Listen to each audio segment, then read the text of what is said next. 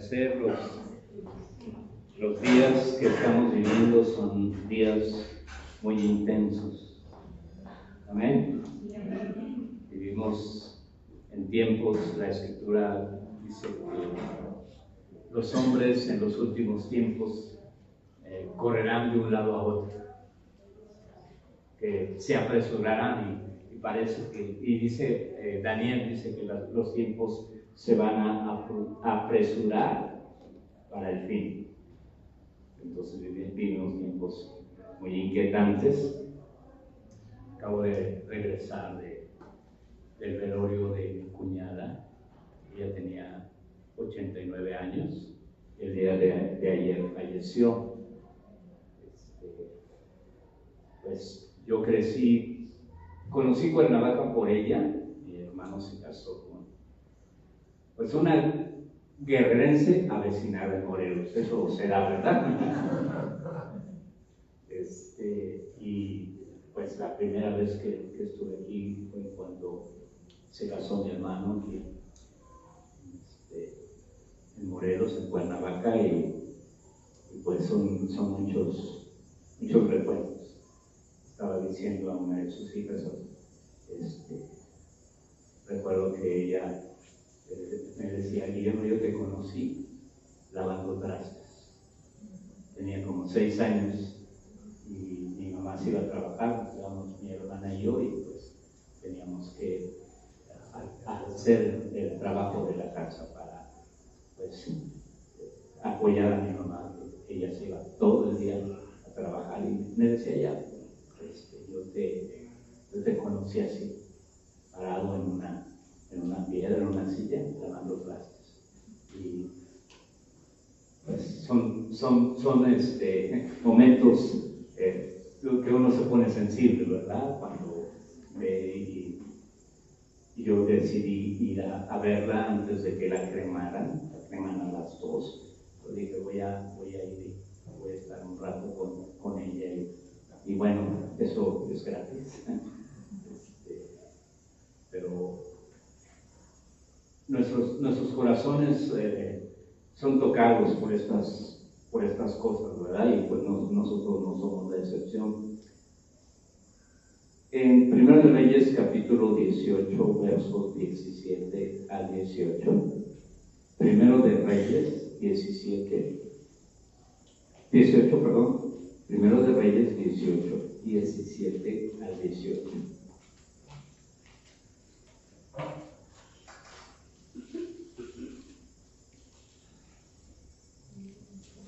¿Lo encontraron? De hecho, vamos a estar 1 de Reyes 18, 17 al 18. ¿Cuántas veces te voy a repetir? ¿Otra vez? 1 de Reyes 18, 17 al 18. Voy a leer una versión, la versión se llama Nueva Versión, la Nueva Biblia Viviente, esa es la versión NBV. Dice, así que tú eres el hombre que ha traído todo este desastre sobre Israel, exclamó Acab en cuanto lo vio. Elías le respondió, dice, tú eres el que ha traído este desastre, respondió Elías, porque tú y tu familia se han negado a obedecer al Señor y han adorado a Baal. 1 de Reyes 18, 17 al 18. ¿Bien? Padre, gracias por tu palabra, Señor. Y gracias porque estamos viviendo tiempos proféticos, tiempos que tú, Señor, ya habías hablado, Padre. Y gracias porque es tu palabra la que nos alumbra y nos guía, y es una antorcha en medio de la oscuridad que hay, Señor. Y gracias por ello, Señor. en el nombre de Jesús. Amén. La historia de este pasaje, todo el capítulo 18, de este pasaje que hemos leído, pero todo el capítulo 18 nos habla de una historia. Resulta que Elías estaba orando y Dios le dice a Elías: Elías, no va a llover, voy a cancelar la lluvia. ¿Cuántos quisiéramos eso ahorita, verdad? Pero no va a llover. Y le dijo: ve y dile acá que esto va a suceder. Y Elías fue, obedeció al Señor y se presentó delante del rey Acab y le dijo: vive Jehová y vive mi alma en cuya presencia estoy, que no va a llover más que por mi palabra. Y Elías se desapareció después de eso. Sí, de tonto se queda, ¿eh? Porque la escritura nos dice que Acab andó buscando Elías hasta debajo de las piedras. ¿Sí? Anduvo buscando, pero el Señor estaba con él y pasaron 3 años. 3 años de sequía. 3 años sin una gota de agua. Así que Acab comenzó a buscar a Elías y mandó a Elías, uno de sus siervos, lo mandó a buscarlo. Le dijo: mira, tú vas al norte, yo voy al sur, pero tenemos que encontrar a Elías. Y Elías encuentra a Eliseo, o más bien Eliseo se hace encontrar por Abdías, y Abdías, Eliseo le dice a Abdías: ¿sabes qué? Ve y busca a tu Señor y dile que aquí estoy. Y Abdías le dijo: no, yo no voy, porque si yo me voy, el Espíritu de Dios te va a tomar y quién sabe a dónde te va a botar. Eso es lo que le digo. El Espíritu de Dios te va a tomar y quién sabe a dónde vas a andar. Así que yo no lo hago. Y le dijo a Abdías: ten por favor misericordia de mí. Porque cuando yo vaya y le diga acá que ya te encontré y regresemos y no estés,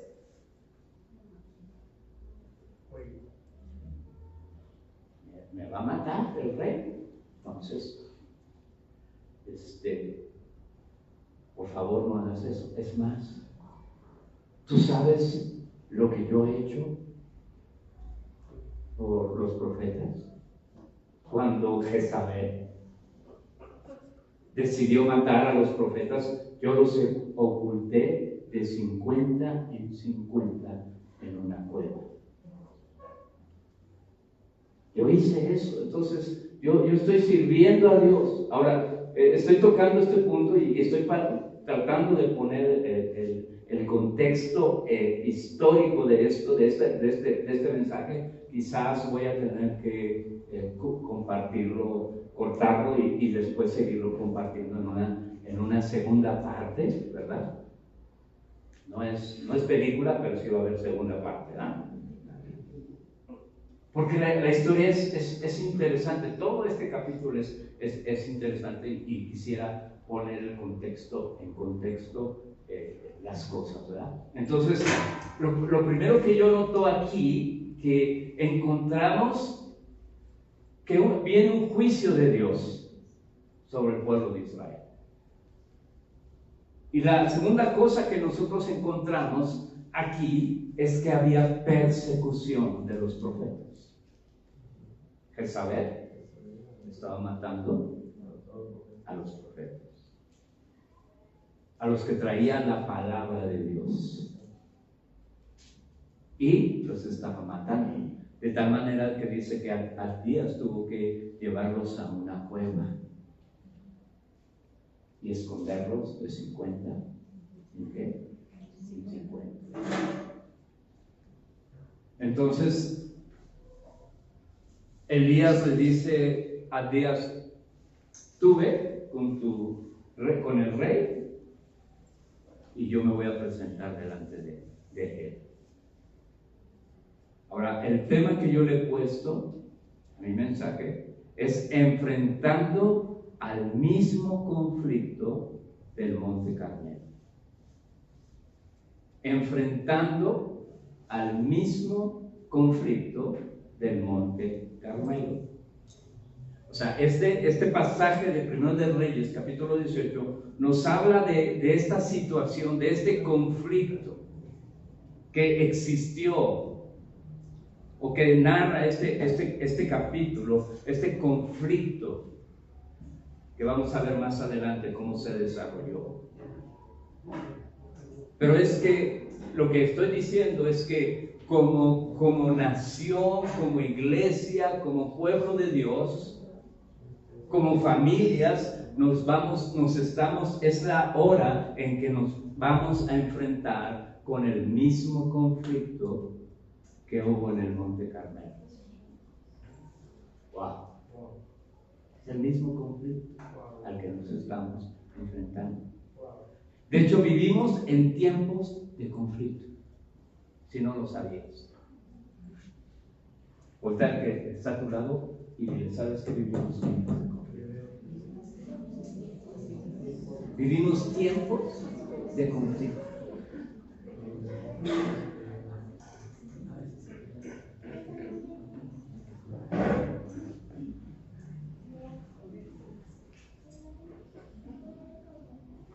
Y miren, yo escogí este versículo de todo el pasaje. Hay versículos claves de todo el pasaje. Me gusta uno especialmente. Ese pasaje de este libro está escrito es un canto que cantábamos en los tiempos en la escuela bíblica. Bueno, yo lo aprendí en la escuela. En la escuela bíblica, y hay un versículo que voy a estar tocando que es muy crucial en este pasaje, y de hecho es donde voy a concluir. Pero escogí este pasaje porque dice: así que tú eres el hombre que ha tratado este desastre, ha traído todo este desastre sobre Israel. O sea, acá, el rey Acab, el líder nacional, el líder político, va y le dice al profeta, al hombre de Dios: tú eres el que ha traído este desastre.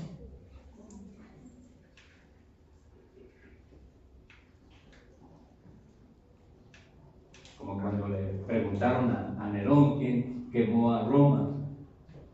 ¿Qué dijo? ¿Quiénes fueron? Los cristianos. Si hay alguien hay que echarle la culpa, es a los cristianos. O si no, a los judíos. ¿Sí? Hoy en día parece que la culpa de todo es de los judíos y de los cristianos. Entonces, acá llega y le dice a Elías: Elías, tú eres el que ha traído este desastre a toda la nación. Por tu forma de vivir, por tu forma de actuar, por lo que tú dices, estamos padeciendo este mal.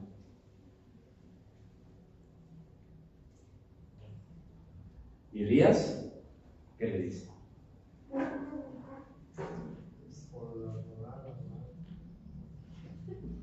Ahora, déjenme continuar en este pensamiento. El hombre de autoridad le pone sobre el profeta la culpa de la situación. no es capaz de reconocer, Acab no es capaz de reconocer que si algo está mal en Israel es por causa de él. Cualquier coincidencia con la realidad, o cualquier similitud con la realidad, es mera ¿qué? Coincidencia. Ya me estoy como el chavo ahí, estoy diciendo los dichos, ¿verdad? Pero entonces acá va y le dice a Elías: tú eres el que tiene la culpa. Por causa de tu palabra, a causa de tu ministerio, a causa de tus valores, tú tienes la culpa. Y Elías le tiene que decir: ¿sabes qué?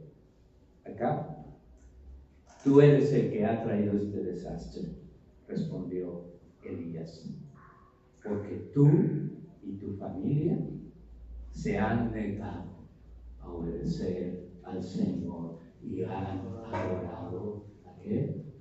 A los Baales. A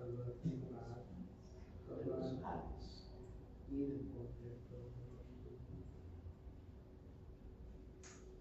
Entonces vemos este conflicto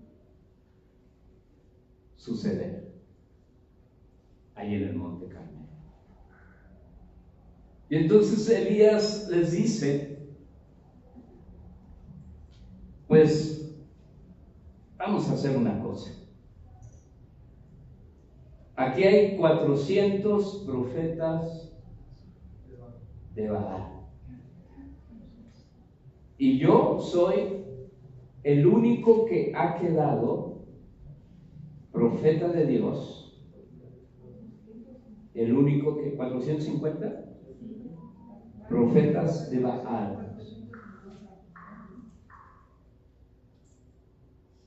Y yo soy el único, verso 22 dice, y añadió: yo soy el único profeta que queda de los profetas del Señor.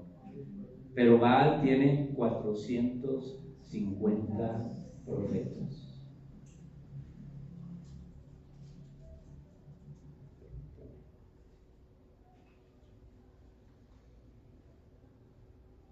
Pero Baal tiene 450 profetas.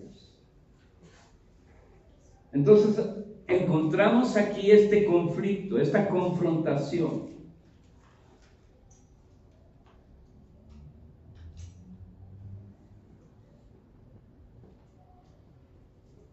Y vemos que en esta situación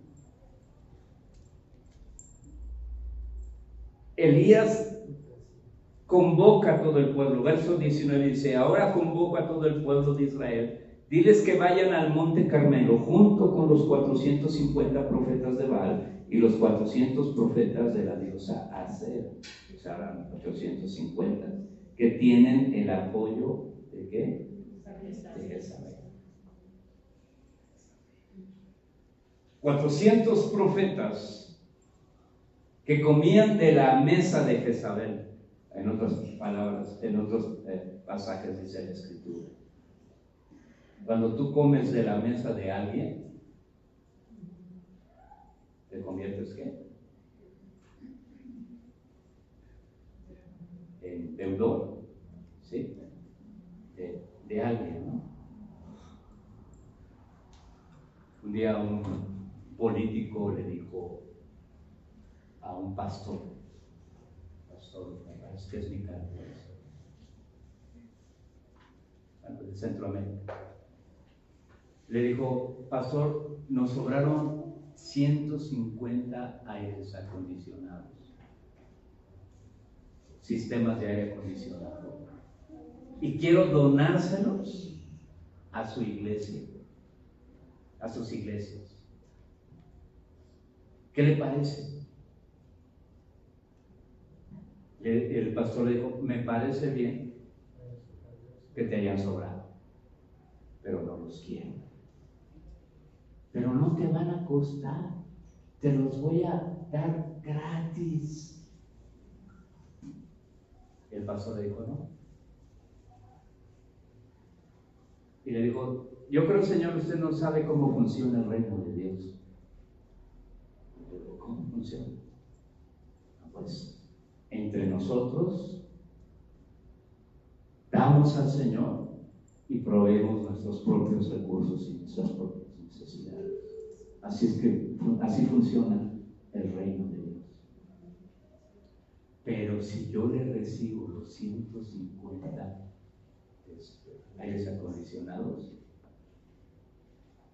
entonces yo voy a quedar comprometido con usted para hacer lo que usted quiere que yo haga. Así que muchísimas gracias. Vamos a levantar nuestras ofrendas y vamos a comprar nuestros aires acondicionados. Porque cuando tú recibes dádivas, entonces estás ¿qué? Comprometido a quien te lo da. Y dice que estos profetas comían ¿de dónde? De la mesa de Jezabel. De esta mujer que tenía control sobre su esposo. Acab era un bandido. Era alguien que era controlado por su esposa.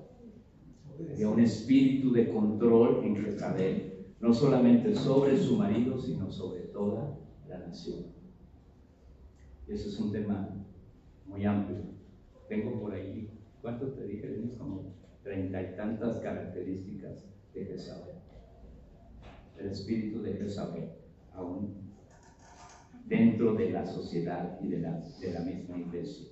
Pero había un conflicto. Entonces, Elías hace un reto. Les decía, volviendo otra vez al mismo conflicto del Monte Carmelo. Porque estamos viviendo en ese tiempo. Y dice el verso 21, dice, una vez allí Elías le dijo, ¿hasta cuándo estarán ustedes vacilando entre dos opiniones? Le preguntó al pueblo, si el Señor es Dios, síganlo, pero si Baal es Dios, ¿sigan qué? A Baal. Entonces aquí encontramos Elías poniendo esta disyuntiva sobre la gente y diciendo, pues vamos allá a decidir. Si Jehová es Dios, pues ¿qué? Pues vamos a seguir. Y si Baal es Dios, si el sistema del mundo, si el pensamiento del mundo es lo que debe reinar, lo que debe gobernar, entonces vamos a seguirlo o síganlo, pero decídanse. No hay términos medios. No lo hay. O se es blanco, ¿ok? O se es negro. No podemos trazar una línea gris. No existe. O es blanco, o es negro. O es frío, o es caliente. De hecho, Jesús dice en Apocalipsis, ojalá fueras frío o caliente, pero tibio.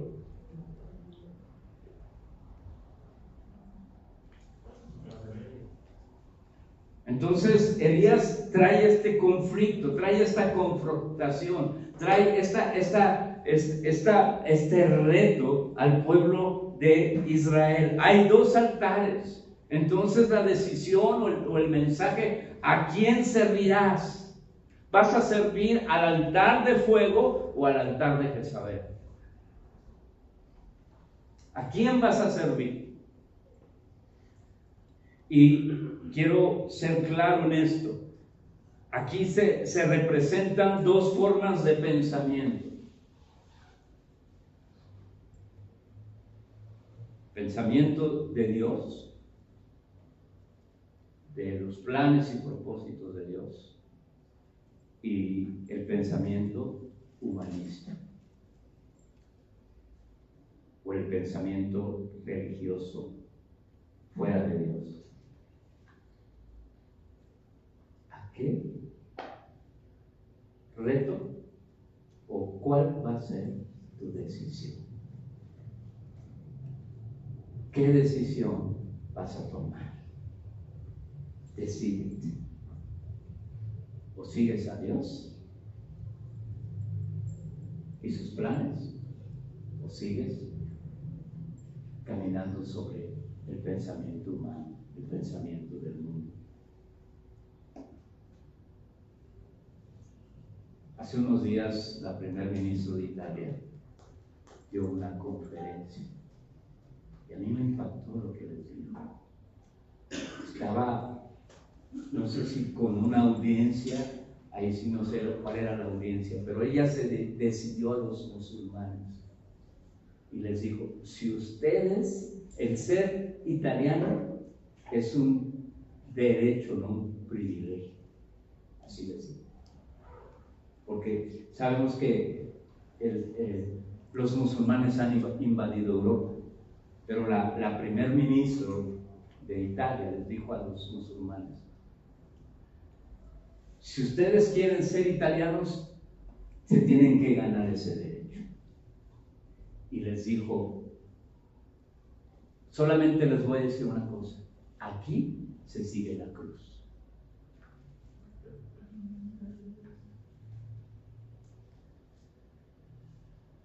Y si no te gusta la cruz y si no te gustan las iglesias, entonces aquí no es el lugar para que tú puedas vivir.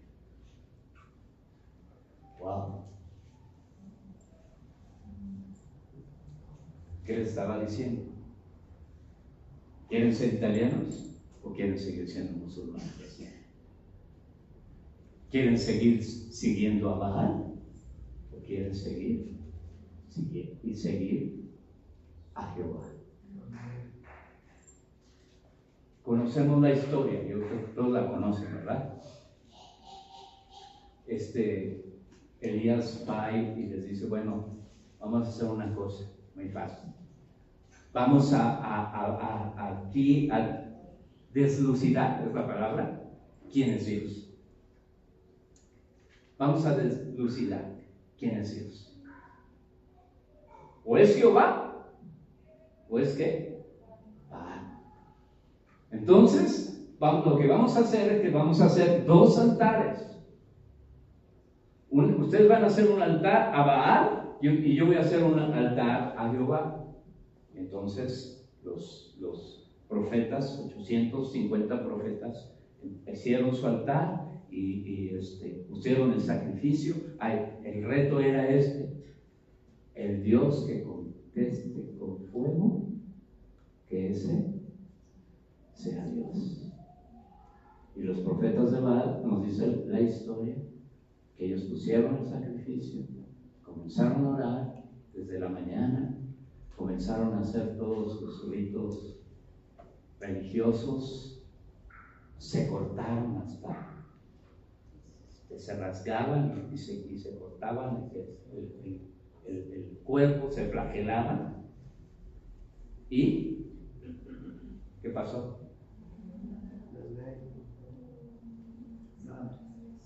Una chispa, nada. Hasta Elías les dijo: griten más fuerte, griten más fuerte, a lo mejor su Dios está dormido, o si no, a lo mejor está ocupado. No sé si yo leía eso, pues, ocupado, ¿qué están haciendo? Pero es un eufemismo.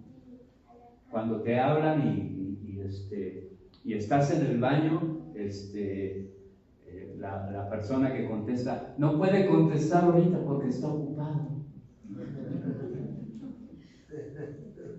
Y esa es la expresión que Elías literalmente dijo. O sea, esa es su interpretación.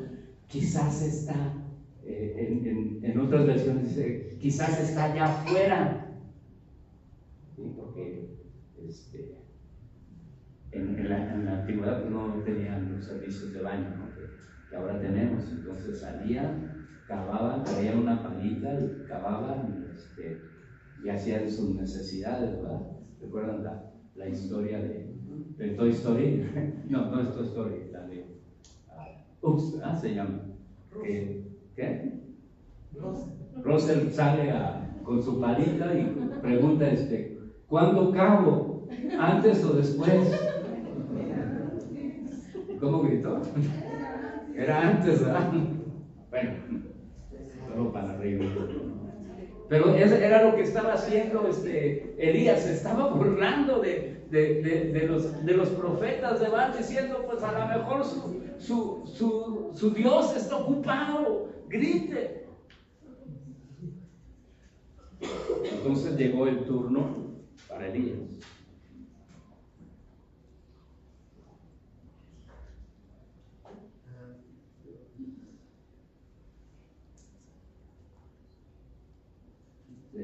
Leo los versículos.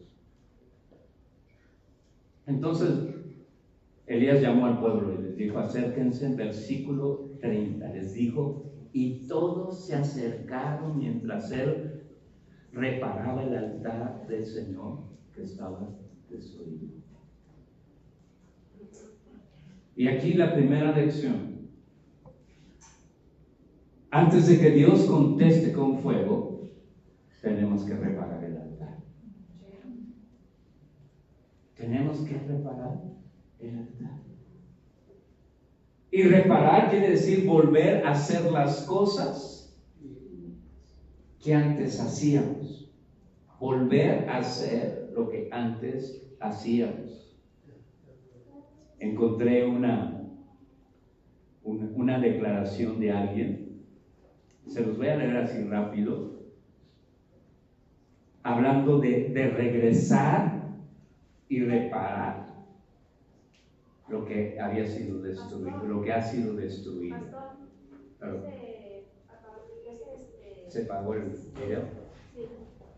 Okay. Está bien.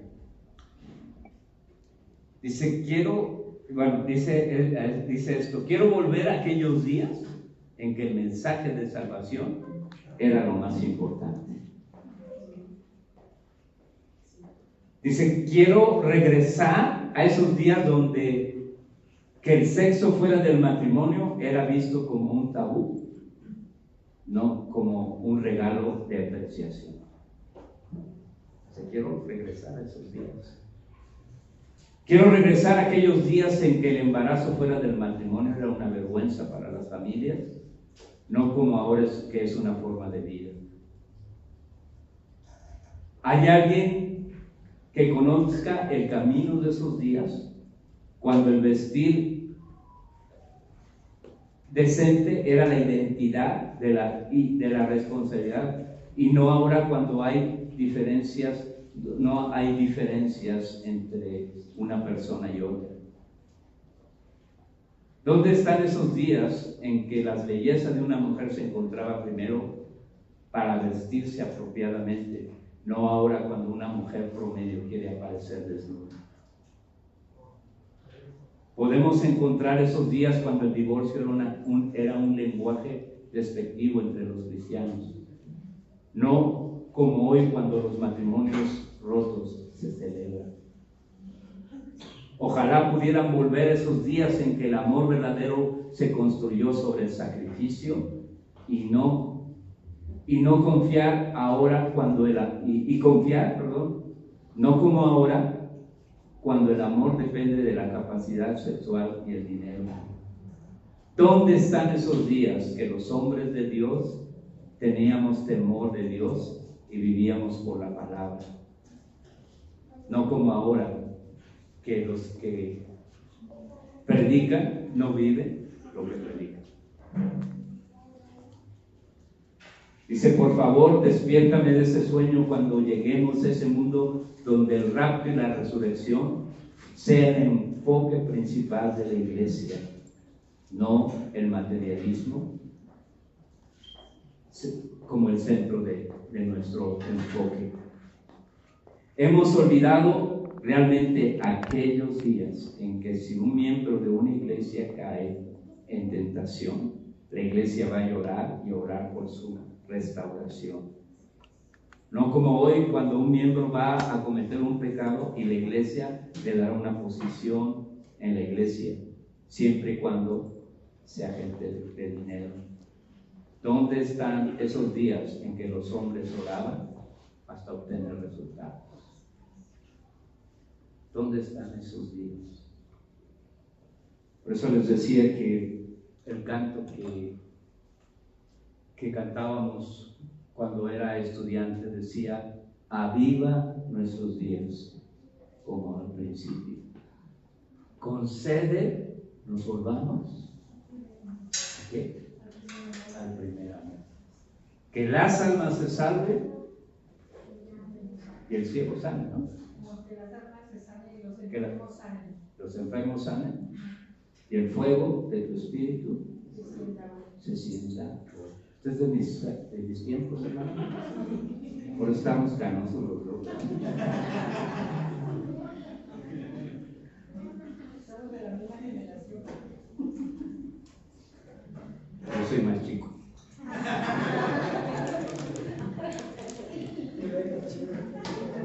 Entonces la oración de Elías fue esta. Bueno, Elías hizo esto, reparó el altar, pusieron 12 piedras. Y entonces, para sorpresa de la gente, partieron la leña, pusieron el sacrificio, y Elías dijo: échenle agua.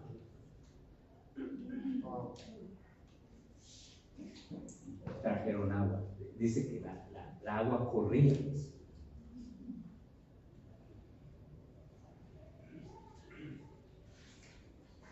Entonces Elías oró de esta manera. Dice: cuando llegó la hora del sacrificio de la tarde. Cuando llegó la hora del sacrificio de la tarde. Muchas cosas en la Escritura son muy simbólicas. Son muy simbólicas. Son cosas que fueron escritas o fueron realizadas en el pueblo de Israel como un símbolo para nosotros. Como ejemplo, dice 1 Corintios 10. Fueron hechas como ejemplo, y esto es muy simbólico. Yo creo que nosotros estamos en la hora del sacrificio de la tarde, antes de que la noche venga. Y la noche son las tinieblas. Y Jesús dijo a sus discípulos cuando estaban, era el momento del ataque de Satanás sobre su vida, les dijo: ¿saben qué? La oscuridad viene. El tiempo de oscuridad, el tiempo de las tinieblas ha llegado. Ha llegado la hora. Siempre hay una hora para las cosas. La Escritura dice que todo tiene su tiempo. Y nosotros tenemos que saber que como iglesia, como generación, estamos en el tiempo del sacrificio de la tarde. ¿Sí me estoy explicando? Así que si tú lo quieres dar un aplauso, porque tú estás viviendo un tiempo crucial, tú y yo estamos viviendo un tiempo crucial, estamos viviendo el tiempo donde tenemos que tomar una decisión, porque otra vez estamos en la misma situación, en el mismo conflicto, donde el mundo está en contra del cristianismo, de la iglesia. Estaba escuchando que la globalización tiene 4 propósitos, 4 enfoques. Número 1, terminar con las naciones. Que ya no que haya una sola nación, gobernados por la ONU. Dios nos diga. Pero ese es su primer enfoque. Su segundo enfoque del globalismo es quedarse con toda la lana, con todas las riquezas del mundo. El tercero es destruir la familia. El tercer propósito del globalismo es destruir la familia. Porque uno de los objetivos es reducir la población mundial. Y ahí nos andamos inyectando, ¿verdad? Para el COVID. Algunos tienen hasta 4 o 5 vacunas, ¿no? ¿Cuántas son ahorita contra el COVID? Como 4 o 5, ¿no? Diferentes. 5 y todas las que faltan, ¿no? Pero lo que quieren es destruir a la familia. Pues, el legalizar los matrimonios de personas del mismo sexo no es un ataque a la familia y a la producción. Sí lo es. Y la cuarta meta del globalismo es destruir al cristianismo. ¿Saben por qué? Porque el cristianismo es todo lo opuesto. Todo lo opuesto a lo que el humanismo proclama. Y por eso es el odio. Y de paso también destruir al pueblo judío, porque el pueblo judío representa los valores judeo-cristianos. ¿Sí? Así que vivimos en un conflicto, y en ese conflicto Abraham hizo esta oración en medio de ese conflicto en el Carmelo. Verso 36 dice: cuando llegó la hora del acostumbrado sacrificio de la carne, Elías se dirigió hasta el altar y oró: Señor Dios de Israel, Isaac, de Abraham, de Isaac e Israel, demuestra que tú eres el Dios de Israel y que yo soy tu siervo. Demuestra que yo he hecho todo esto por orden tuya. Señor, responde para que esta gente sepa que tú eres Dios y que quieres que ellos se vuelvan a ti. Wow. Responde. Fue la oración, esta oración de Elías. Una oración fervorosa, una oración clamando a Dios por una respuesta. Dice: respóndeme, Señor, para que esta gente sepa que tú eres Dios y que quieres que ellos se vuelvan a ti. Porque todo este conflicto es para que su pueblo volviera su corazón a Dios. Wow.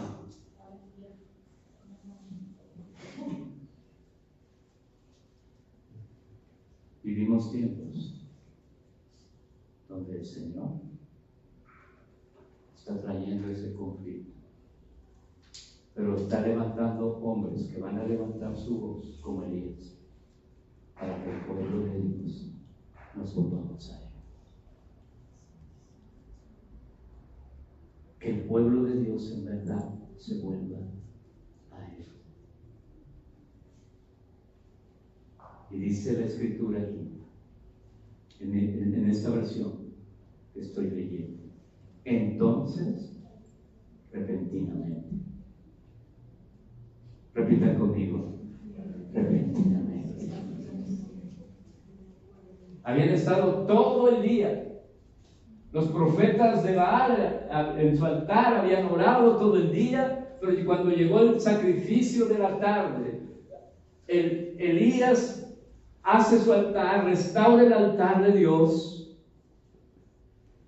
y hace esta oración: Señor, respóndenos, que sepa este pueblo que tú estás volviendo su corazón a ellos. Y entonces, repentinamente, aleluya, tenemos y necesitamos un de repente de Dios en nuestras vidas. ¿Cuántos necesitan un de repente de Dios en sus vidas, en su familia? De repente, repentinamente, descendió fuego del cielo. ¿Amén? En Hechos 2 también nos dice que eso pasó, que estaban los discípulos ahí en Hechos 2, y dice que de repente entró un viento recio sobre la casa y cayeron ¿qué? Lenguas de fuego que se posó sobre cada uno de los discípulos y fueron llenos del Espíritu Santo, el fuego de Dios. ¿Qué altar vas a escoger? ¿El altar de Baal o el altar que tiene el fuego de Dios? Tú y yo no necesitamos otra cosa. Que el fuego de Dios descienda sobre nuestros corazones, sobre nuestras familias. Respóndenos, Señor. Respóndenos. Las cosas no van a cambiar si no hay fuego del cielo. Y ese es nuestro clamor en este tiempo. ¿Qué hizo el pueblo? Dice, y repentinamente descendió fuego del cielo y quemó el becerro y la leña, las piedras, el polvo, e hizo que se evaporara el agua que había en la zanja.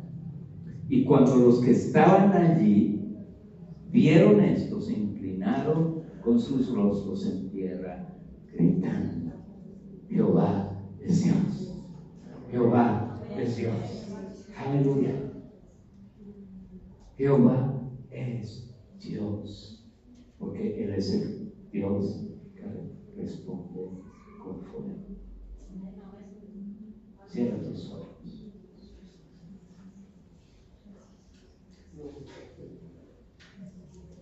Hay un conflicto alrededor nuestro, espiritual. Es el conflicto de los últimos días.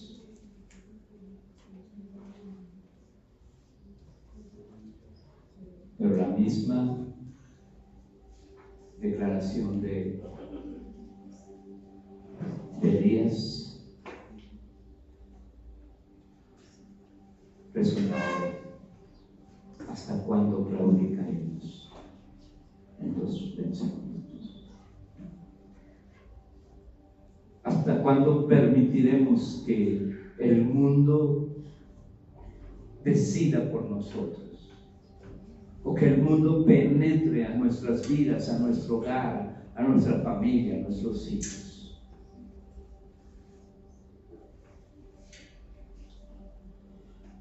Estamos en el tiempo de la mayor decisión que vamos a hacer.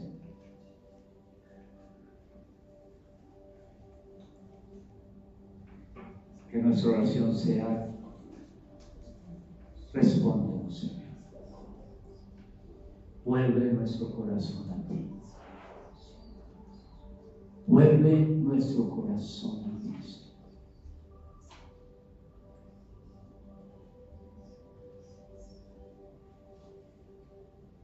Restauranos, Señor. Todo lo que destruimos, si destruimos nuestras vidas, si destruimos nuestra familia, restitúyelo, Señor. Manda tu fuego, Señor, que venga a quemar nuestras vidas, que venga a quemar la vida de la iglesia, que vuelva a quemar la vida de tus ministros, de tus pastores, Señor. Manda el fuego, Señor. Trae ese repentinamente, ese de repente sobre nuestras vidas, y envía el fuego, Señor, tuyo sobre nosotros, Señor, sobre nuestras vidas, sobre nuestra familia. Y quema todo lo malo de nuestras vidas y vuelve nuestro corazón a ti. Vuélvenos a ti, Señor.